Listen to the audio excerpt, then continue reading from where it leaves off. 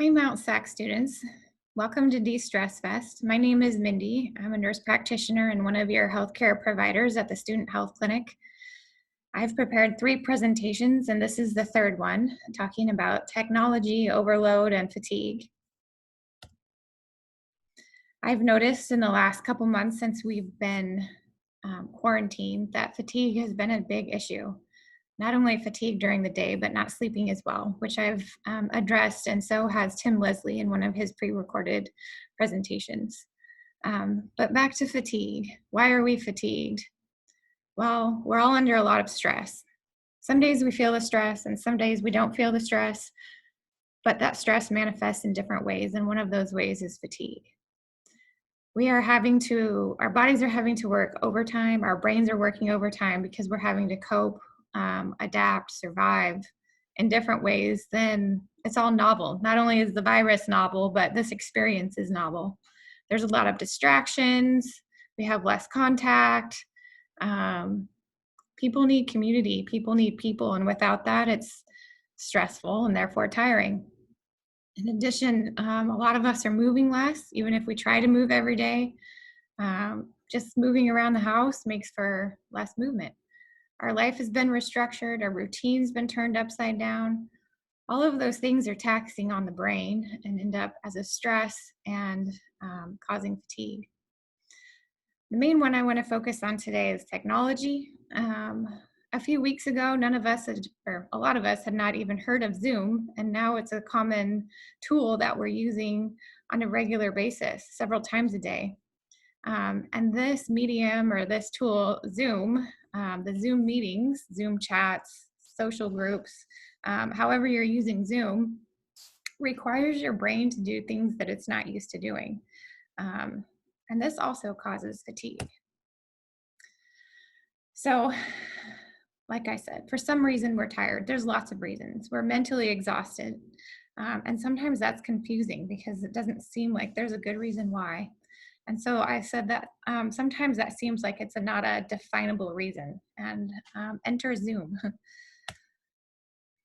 So what happens when you're on a screen and you're connecting or trying to communicate with different people, different groups of people via your screen or the Zoom? Well, your brain is processing in new and different ways. You're having to relearn how to read different interactions. It's almost like your brain is having to hyper focus. It's an overdrive in order to gather information without the typical environmental nuances, facial expressions, body language, cues that you would automatically take from other reactions during an in-person conversation or a meeting or a classroom. Your body has learned since you were born to kind of pick up on things that are happening in your environment in order to read the situation. And that's not as easy to do with a mask on or with a Zoom meeting. So you're having to focus intensely on this conversation in order not to miss anything and to process everything that's being said. I know for me and also the information that I've been reading, while you're trying to focus on the speaker of the conversation, you also are noticing the small square up in the corner of your screen. For me, I see my wrinkles and I see that maybe I should wear a different color next time.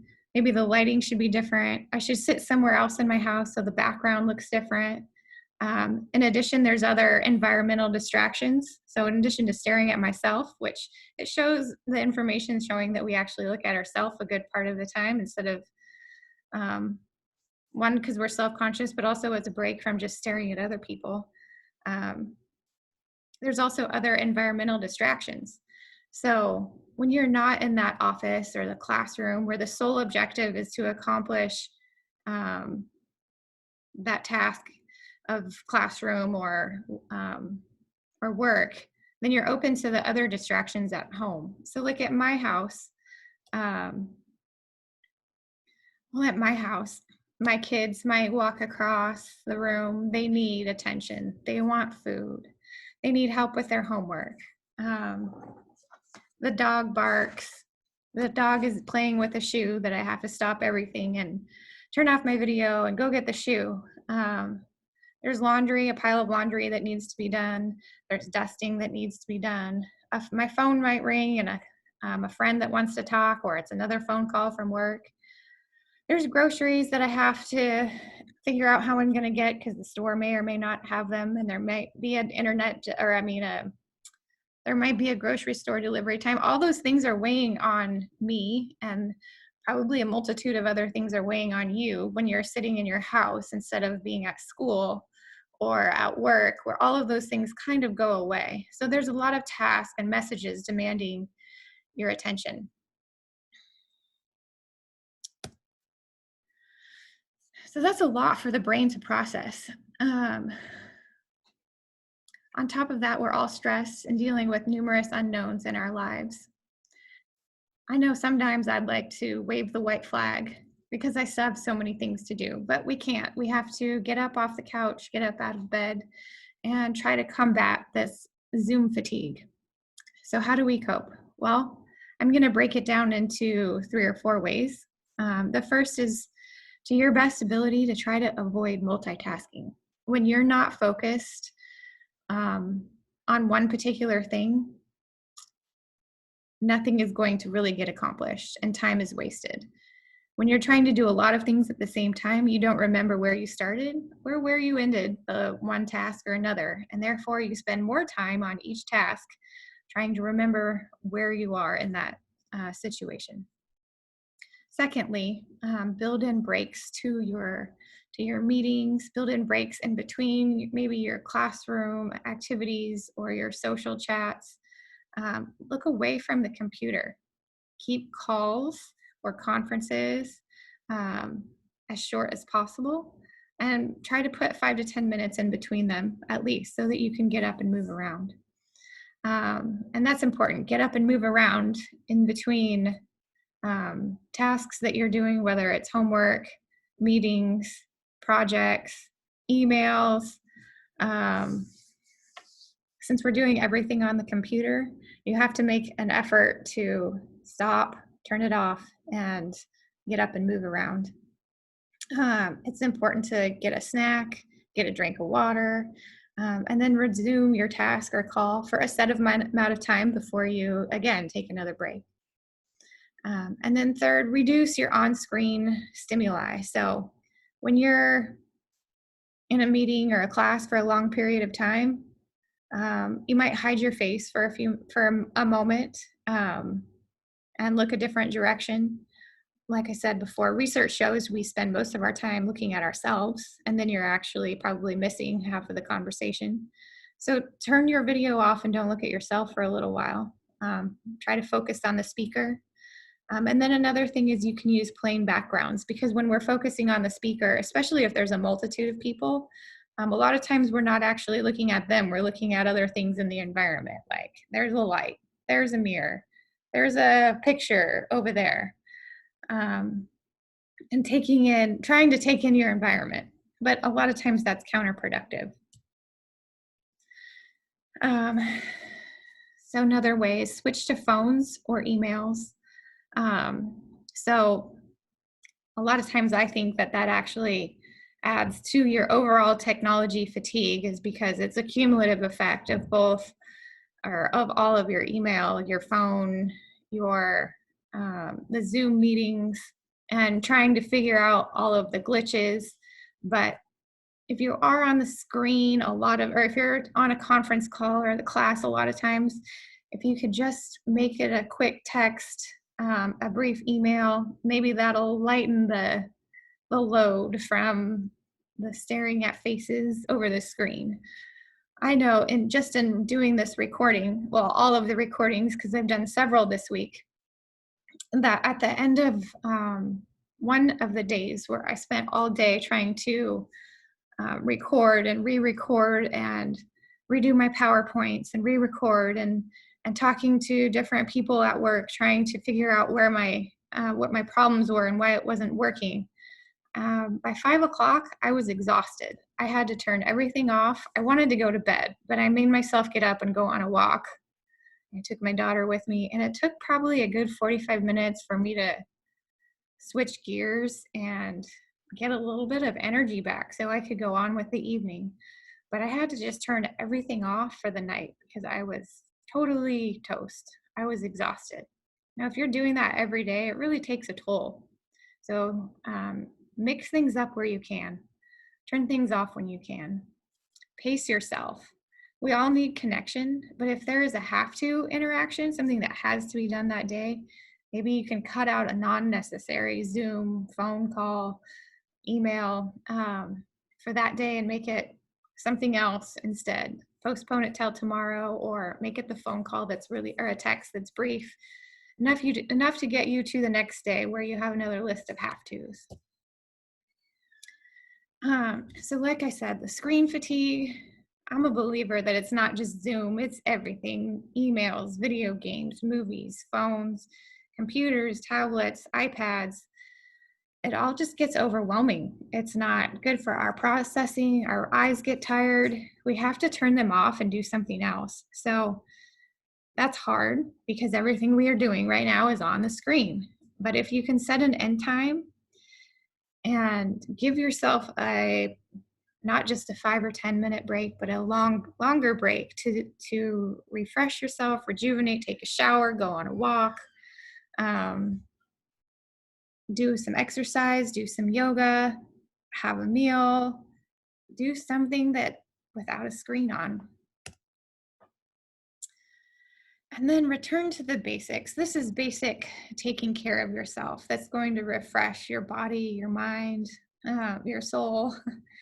And I covered this in another presentation about staying healthy, but it's always going to be important in your recovery time, whatever you're trying to recover from, whatever kind of stress you're trying to recover from. So sleep. And sleep's going to be hard when our patterns, the way our brain works, is interrupted by not only the stress, but this particular kind of mental fatigue. So check out the other presentations on sleep. Water, half your body weight in ounces every day of water. That takes some intention. I have to carry around my water bottle that's marked. So I drink 3 of these a day, or I try. A balanced diet. The food is a good break. Food is fuel. You need a variety of foods to energize you and get through these days, these stressful times. And if you're eating better, your body's going to cope with the stress better. Now, for some of us, or a lot of us, maybe during this time, the refrigerator has turned into our friend. But for a lot of other people, food has been a major source of stress because food prices are up, food isn't available, it costs money, we've lost our jobs.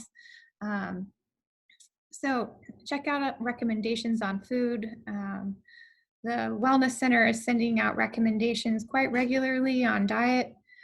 If you have questions, call the health center so that we can help you out and refer you to resources in order to get food and try to maintain a balanced diet.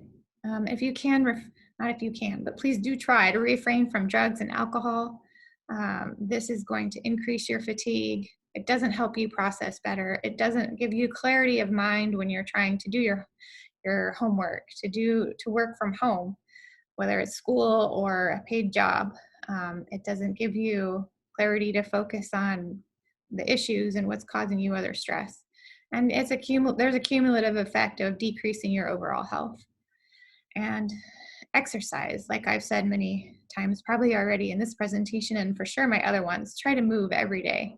Take breaks in between these meetings, in between your phone calls, get up and walk around, go outside for 5 minutes, 10 minutes, get a little bit of sun, push-ups, jumping jacks, yoga, just move. It helps your body take a break from the screens, from the technology, from the Zooms.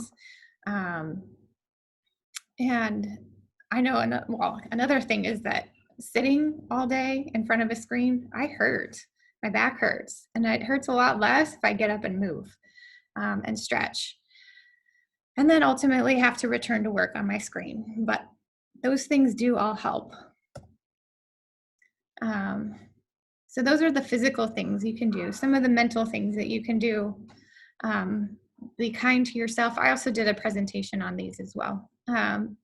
Stay connected in refreshing ways. So if there's somebody that gives you a break, helps you just vent, get it off your shoulders. If you don't have anybody, we have mental health professionals. Please give us a call. Um, but trying to stay connected to people that don't require an obligation. There's no obligation there, but your friends.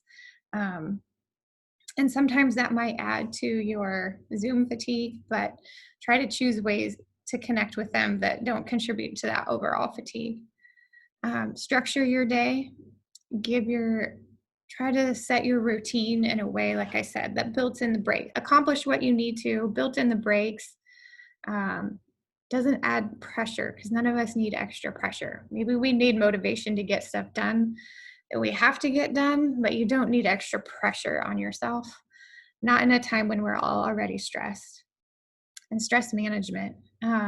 It's kind of all the things that I've already talked about. But again, if you're finding yourself overwhelmed, please give us a call at the health center.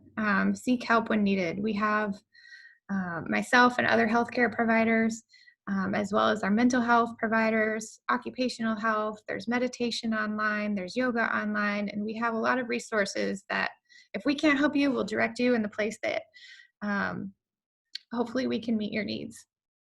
So give us a call at the health center. We are open regular business hours, Monday through Friday, for nurse consults, telehealth, mental health appointments. We are online. We are not on campus. We are online. Our phone number is 909-274-4400. And there's a lot of information on the Mount SAC website as well. So thank you guys for coming. If you have additional questions, please, like I said, don't hesitate to give us a call and check out all the other resources that we have for you through De-Stress Fest. Thanks. Take care, guys.